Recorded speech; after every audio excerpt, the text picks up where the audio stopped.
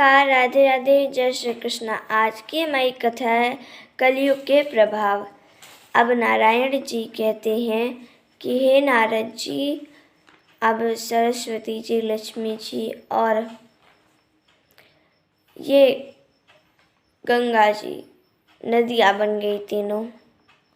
सरस्वती जी जाकर सरस्वती नदी बन गई और लक्ष्मी जी जाकर पद्म नामक नदी बन गई और पद्मा। उसके बाद वे तुलसी का पौधा हो गए। ये गंगा जी भागीरथी ने जब घोर तपस्या किया तो ये ब्रह्मा के कमंडल से निकलकर आकर भगवान शिव की जटाओं पर गिरी, क्योंकि उन्हीं थे जिनके अंदर शक्ति थी, इनके वेग को संभालने ने संभाला और इस प्रकार अवतरित हुई। इन सारी देवियों का, ये सारी देवियाँ इस पृथ्वी से तभी जाएंगी जब कलयुग खत्म हो जाएगा, तब ये चली जाएंगी भगवान के पास और तब तक ये यहीं रहेंगी। अभी घोर कलयुग नहीं आया है,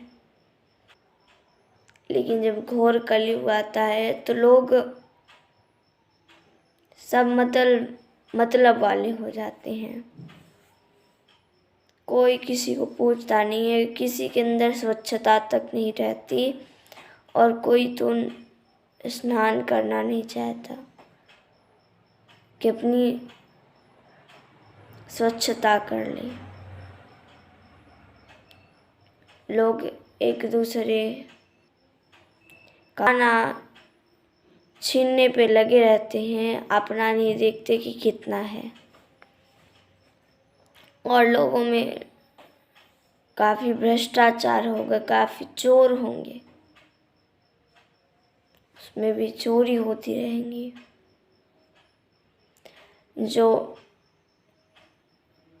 शासक होंगे वो भी बिल्कुल एकदम शासकों का इतना सा भी गुण नहीं जानते होंगे और ब्राह्मण, वैश्य, शूद्र, क्षत्रिय, इनका कोई मतलब ही नहीं होगा। इसमें कोई ये कार्य कर रहा है, कोई शूद्र अमीर हो गया तो कोई ब्राह्मण उसके यहाँ कार्य कर रहा है, इस तरह हो जाएगा। और लोगों को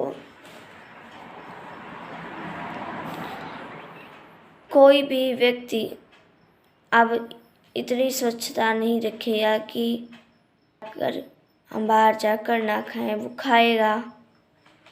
और इसी तरह कोई स्वच्छता नहीं बरतेगा और घोर कलयुग आने पर तो और भी ये भ्रष्टाचार फैल जाएगा।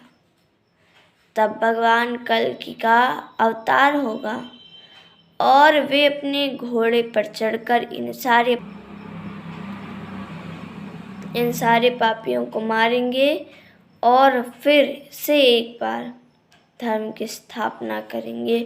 उसके बाद पृथ्वी का प्रलय हो जाएगा, तभी ये तीनों देवियाँ भगवान के पास चली आएंगी और फिर उसके बाद सतयुग प्रारंभ होगा, जिसमें सारे ऋषि मुनि होंगे, ब्राह्मण होंगे, सब अपने कार्य में जुटे होंगे।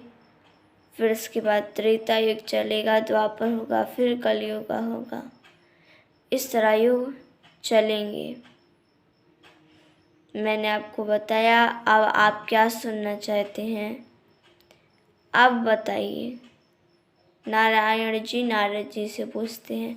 तो आज की कथा हमारी यहीं समाप्त होती है। धन्यवाद। राधे राधे।